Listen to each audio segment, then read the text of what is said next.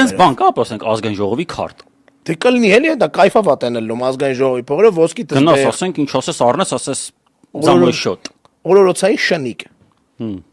Օրորոցային շնիկ։ Խելագար է կարա։ Դա իսկականից։ Արա ամոթ, չէ, ախր ոնց ասեմ, մենք ունենք օրինակի համար մեր օֆիսում նվիրատվությունների հաշվին ձևավորվում է բյուջե։ Հա?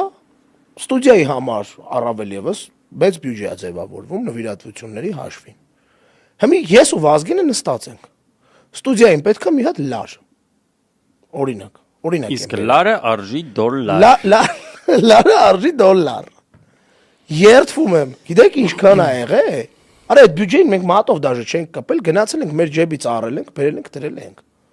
Արա լավ դուք ժողովրդի փողերը, դա մեր փողն է։